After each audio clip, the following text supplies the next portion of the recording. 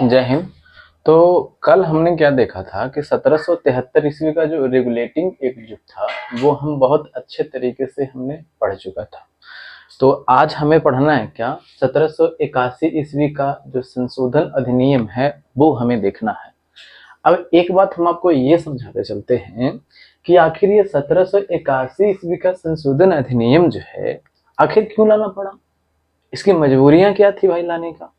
तो कल की हम जो चर्चा कर रहे हैं यहाँ पे थोड़ा सा क्विक रिवीजन कर लेंगे ताकि आपको चीजों को जोड़ने में आसानी लगे। ठीक है, देखिए रटते तो सभी बच्चे हैं, पढ़ाई तो हर एक बच्चे कर रहे हैं।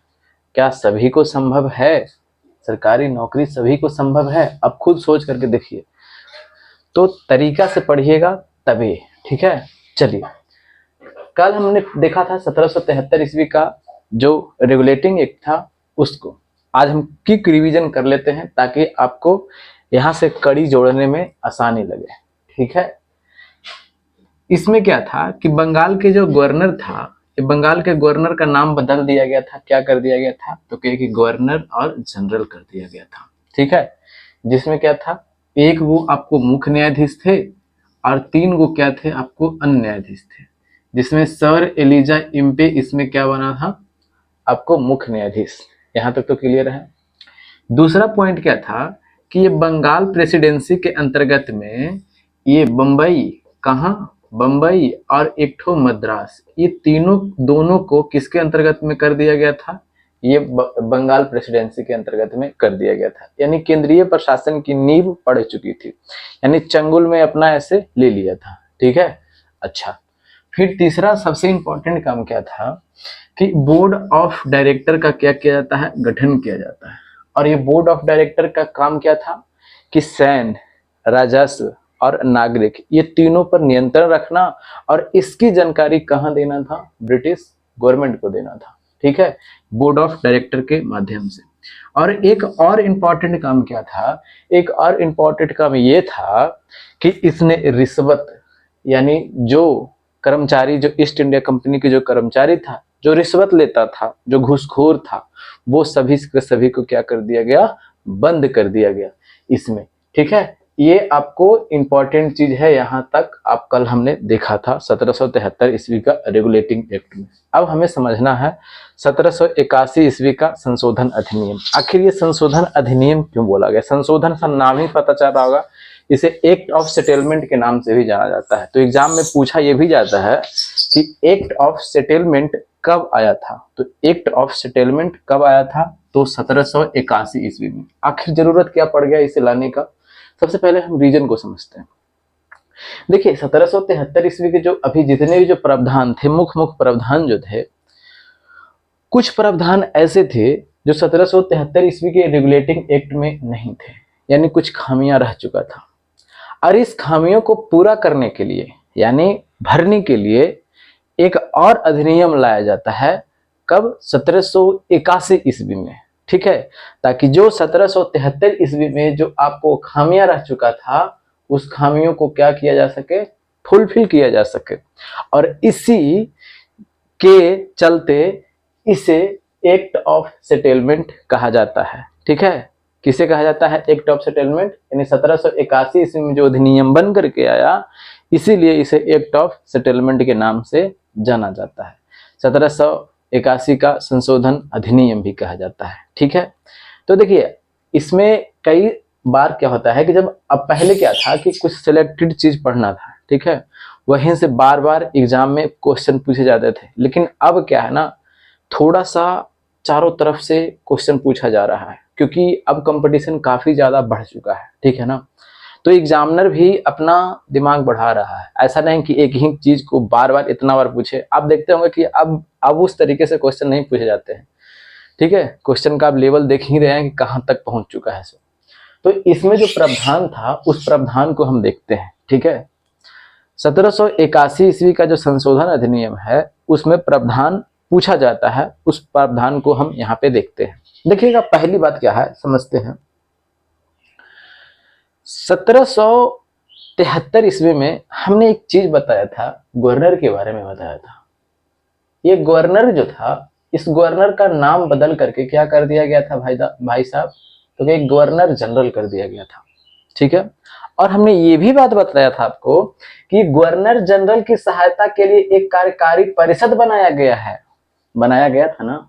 जी हाँ, इस गवर्नर जनरल की सहायता के लिए क्या बनाया गया है, तो कहिए कि कार्यकारी परिषद बनाया गया है। अच्छा, ये कार्यकारी परिषद में मेंबर कितने थे भाई साहेब, तो कहिए कि 4 मेंबर थे। अभी चारों का कार्यकाल कितने वर्ष का था, तो कहिए कि 5 वर्ष का था। अब यहाँ पे मामला थोड़ा सा समझना है। पहला चीज क्या हमने देखा था, 1773 में क्या देखा था कि गवर्नर जनरल, गवर्नर का नाम बदल करके क्या कर दिया गया, गवर्नर और जनरल कर दिया गया। ठीक है, यानी बंगाल का अब गवर्नर नहीं रहेगा, बंगाल का गवर्नर जनरल कहलाएगा। तो लॉर्ड वारेन हेस्टिंग्स पहला गवर्नर जनरल बनते हैं। ठीक है, और इसकी सहायता के लिए एक कार्यकारी परिषद बनाया गया, और इस परिषद में कितने मेंबर थे साहेब, तो 4 मेंबर थे, और ये चारों मेंबर का कार्यकाल कितने सालों का था, 5 सालों का था।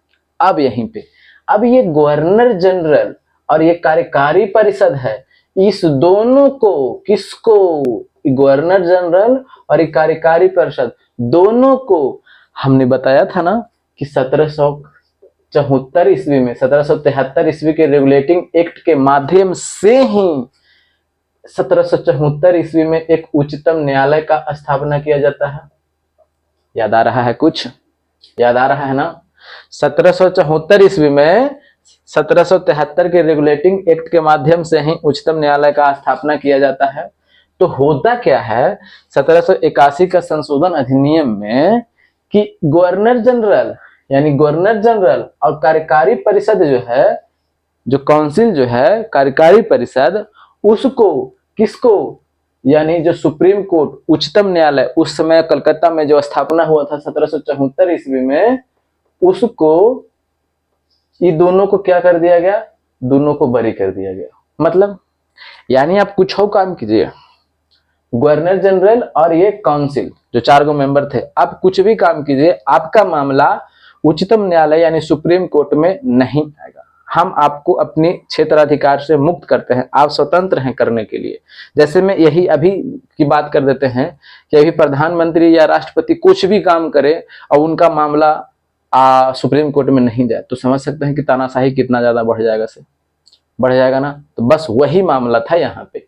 ठीक है, कि गवर्नर जनरल और ये काउंसिल के जितने जो मेंबर हैं, वो सभी को सुप्रीम कोर्ट से यानी उच्चतम न्यायालय से क्या कर दिया गया, बरी कर दिया गया, मुक्त कर दिया गया। ठीक है, तो यहाँ पे आप नोट में देखिएगा, जब आप एग्जाम की तैयारी करते हैं ना, तो इतने लंबे लंबे कहानियां आपको वहां पे याद नहीं रहेगा। ठीक है, तो करना कुछ नहीं है, यहाँ पे आपको शॉर्ट नोट तैयार करना है। ठीक है, क्या करना है कि यहाँ पे तो हमने लिखा गवर्नर जनरल और ये काउंसिल इस सुप्रीम कोर्ट से क्या थे, मुक्त थे। बस एक शॉर्ट नोट तैयार हो गया दोस्त, ज्यादा नहीं करना है। अब समझ में आ गया मामला कि गवर्नर जनरल और कौन, काउंसिल, सुप्रीम कोर्ट से क्या थे, मुक्त थे, यानी बाहर थे। कुछ काम कीजिए, सुप्रीम कोर्ट में आपका मामला नहीं आएगा। ठीक है, तो समझ ही सकते हैं कि तानाशाही कितना ज्यादा बढ़ा हुआ था, जो देख रहे हैं ना। अच्छा, फिर क्या था, और भी कुछ मामला था क्या, तो हाँ बिल्कुल, और भी मामला था। अब मामला क्या था कि ईस्ट इंडिया कंपनी जो थी, ईस्ट इंडिया कंपनी, तो देखिएगा ईस्ट इंडिया कंपनी में भी तो कर्मचारी होंगे ना काम करने के लिए, ऐसा तो नहीं है कि कंपनी में कर्मचारी नहीं होगा। तो जितने भी इसमें कर्मचारी थे, वर्कर थे, कुछ भी व्यक्ति थे ईस्ट इंडिया कंपनी में जो काम करने वाले, अब वो काम कर रहा है और उस कार्य क्षेत्र के अंतर्गत में कुछ अगर काम कर देता है, ऐसा काम जो कि सामाजिक हित में ना हो, ठीक है, तो उसको भी सुप्रीम कोर्ट में आप सुनवाई के लिए नहीं जा सकते हैं। यानी इसको भी क्या कर दिया गया, सुप्रीम कोर्ट से मुक्त कर दिया गया। किसको, पहला गवर्नर जनरल और किसको, काउंसिल को। ठीक है, क्या कर दिया गया, उच्चतम न्यायालय से बरी कर दिया गया। दूसरा, कर्मचारी जितना था उसको भी क्या कर दिया गया, उच्चतम न्यायालय से बरी कर दिया गया, मुक्त कर दिया गया। यानी आप हमारे क्षेत्राधिकार के अंतर्गत में नहीं आते हैं, यानी आप पर हम कोई सुनवाई नहीं कर सकते हैं, ये साफ साफ कहा गया। ठीक है, अब तीसरा मामला एक और है, राजस्व वाला मामला। जैसे में राजस्व की हम बात कर देते हैं, राजस्व संबंधित मामले हैं और वित्त संबंधित जितने भी मामले थे, हमने क्या कल चर्चा किया था कि 1765 ईस्वी में इलाहाबाद की संधि होती है कि नहीं होती है, जिसमें क्या हुआ था कि अंग्रेजों को बंगाल, बिहार और एक ठो कहा उड़ीसा, ये 3 जगह की दीवानी प्राप्त हो चुकी थी ना, बंगाल में, बिहार में और एक ठो कहा उड़ीसा में। ये 3 जगह की दीवानी प्राप्त हो चुकी थी, किसे? अंग्रेजों को। ये जो आप राजस्व संबंधी जितने भी मामले हैं वो सभी के सभी भी आपको उच्चतम न्यायालय में नहीं ले जाया जा सकता है, यानी उच्चतम न्यायालय के ये क्षेत्र से बाहर है, यानी हमारे अधिकार के अंतर्गत में ये नहीं आता है। ठीक है, उच्चतम न्यायालय कह रहा है।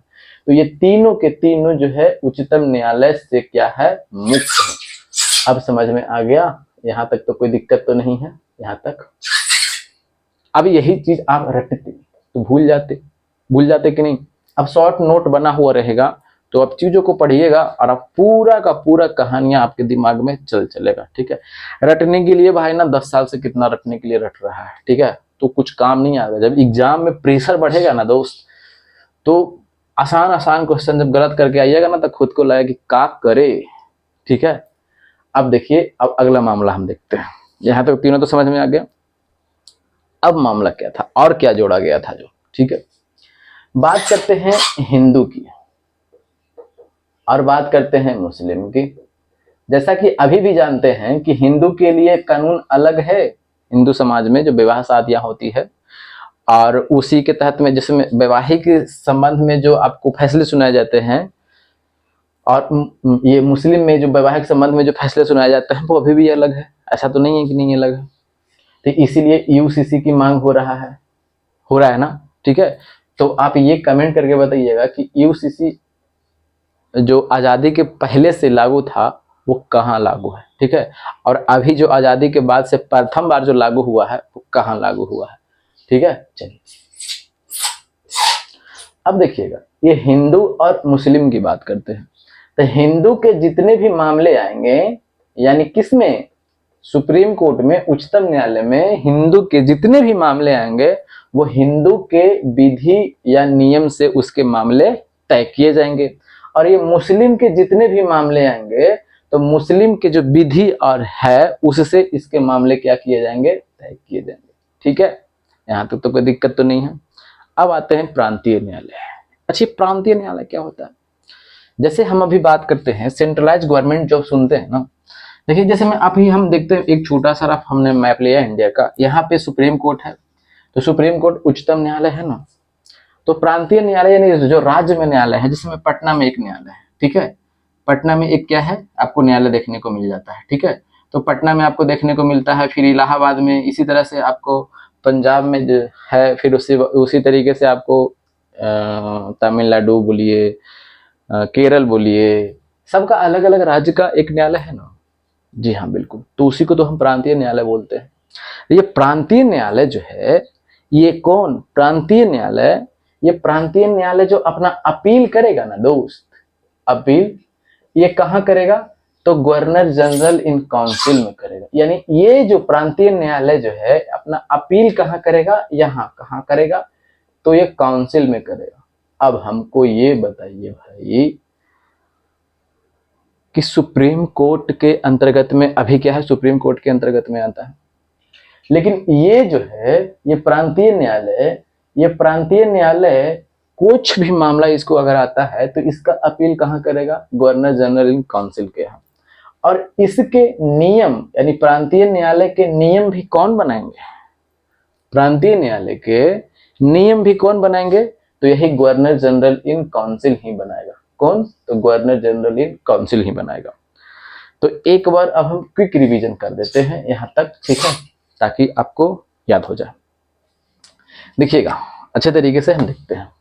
पहली बात क्या देखे, पहली बार हमने ये देखा कि गवर्नर जनरल, ठीक है, और उसके जो काउंसिल के जो मेंबर थे यानी कार्यकारी परिषद के जो मेंबर थे, यानी गवर्नर जनरल और कार्यकारी परिषद के जितने मेंबर थे उसको उच्चतम न्यायालय के क्षेत्राधिकार से बरी कर दिया गया कि आप हमारे क्षेत्र के अंतर्गत में नहीं आते हैं। कहने का मतलब ये समझिए कि पाकिस्तान में क्या दिल्ली का जो हाई कोर्ट है, उच्चतम न्यायालय है, सुनवाई कर सकता है, नहीं कर सकता क्योंकि इसके क्षेत्र में नहीं आता है। समझ में आ गया ना, बस यही मामला यहाँ पे समझिएगा। गवर्नर जनरल और कौन, काउंसिल, ठीक है, यानी कार्यकारी परिषद के जितने मेंबर हैं उसको कह दिया गया कि आप हमारे क्षेत्राधिकार में नहीं आते हैं, हम सुनवाई नहीं कर सकते, ठीक है। दूसरी बात क्या था कि कर्मचारी जितने हैं, यानी ईस्ट इंडिया कंपनी के जो कर्मचारी हैं, कार्यवाहियों के दौरान जो काम किया जाता है तो वो सभी के सभी सुप्रीम कोर्ट के अंतर्गत में नहीं आएगा। तीसरा चीज क्या था, सबसे इंपॉर्टेंट चीज, और एक बार और बताइएगा, ठीक है। तो तीसरा चीज देखिए, पहला चीज हमने क्या देखा, गवर्नर जनरल। दूसरा चीज हमने क्या देखा, तो दूसरा चीज हमने देखा ये प्रांतीय न्यायालय। और तीसरा चीज हमने क्या देखा कि तीसरा चीज में अगर हम देख देते हैं कि ये राजस्व और एक वसूली, यानी जो 1765 ईस्वी में इलाहाबाद की जो संधि हुआ था उसके तहत में जो दीवानी मिला था बंगाल बिहार और उड़ीसा का, वो सभी के जो मामले आएंगे, कोई गड़बड़ाहट होती है, कुछ भी होती है, वो सभी के सभी मामले आपको उच्चतम न्यायालय में नहीं लाया जा सकता है, यानी ये क्षेत्र से बाहर है, यानी उसको बाहर ही रखा गया कि यानी शक्ति उतना नहीं दिया गया, उच्चतम न्यायालय को उतना शक्ति नहीं दिया गया, ठीक है। कोई दिक्कत है यहाँ तक? और बात क्या करते हैं कि हिंदू और एक ठो मुस्लिम, हिंदू और मुस्लिम के जो विवाद तय होंगे वो अपने अपने निजी कानून के हिसाब से तय होंगे। और सबसे इंपॉर्टेंट चीज क्या था कि प्रांतीय न्यायालय जो है, जैसे पटना में एक न्यायालय है, ठीक है, इलाहाबाद में एक न्यायालय है, तो वो अपना न्यायालय जो है अपील कहाँ करेगा, तो वो काउंसिल में करेगा, ठीक है। कहाँ में, तो गवर्नर जनरल के जो 4 गो सदस्य वाला काउंसिल बना था ना, वहां पे करेगा, ठीक है। और नियम भी कौन बनाएगा, ये प्रांतीय न्यायालय के लिए नियम भी कौन बनाएगा, वही काउंसिल ही बनाएगा। समझ में आ गया ना, कोई दिक्कत तो नहीं है यहाँ तक? तो सेशन के बारे में बताइएगा, सेशन कैसा लगता है आपको, ठीक है। कुछ सुझाव की जरूरत होगा तो भी बताइएगा, ठीक है। तो जय हिंद, जय भारत।